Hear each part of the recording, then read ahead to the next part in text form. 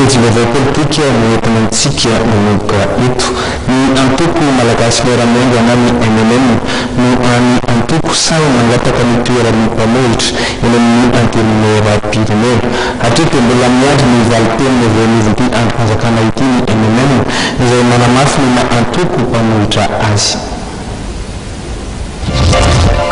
Mbola miandry hatrany ny valiteny avy amin'ny onivona antenimera-pirenena ny antoko MNM amin'izao fotoana izao momba ilay taratasy napetraka ny amin'ny antoko mpanolotra ofisialy azy ireo.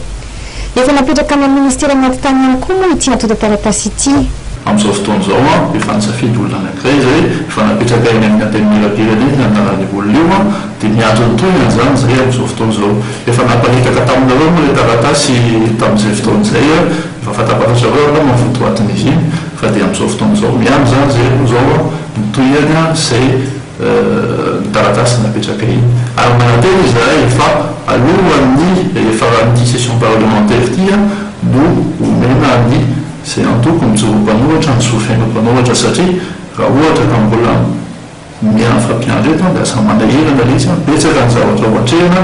betsaka ny fanapahan-kevitra raisin'ny gouvernement nefa indrisy ankehitriny mbola tsy hinina mbola tsisy antoko samijoro milaza maneho ny herin'ny vahoaka araka ny tokony izy indrisy fa efa ho tapa-bola zay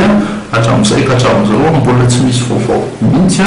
momba ny zoretra mampanohatra anay izo io tsy voatery hoe le toerana vice-président fa ny tena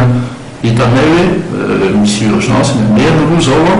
dia le afahan'ny mpanolotra mamoaka ny heviny eo nivon'ny antenimera-pirenena satria razava tsara ny HCC eo nivon'ny antenimera-pirenena efa vonona ny amin'ny anjara andraikitra sy mizoa ateraka izany ny vondrona parlementaire VPN na MNM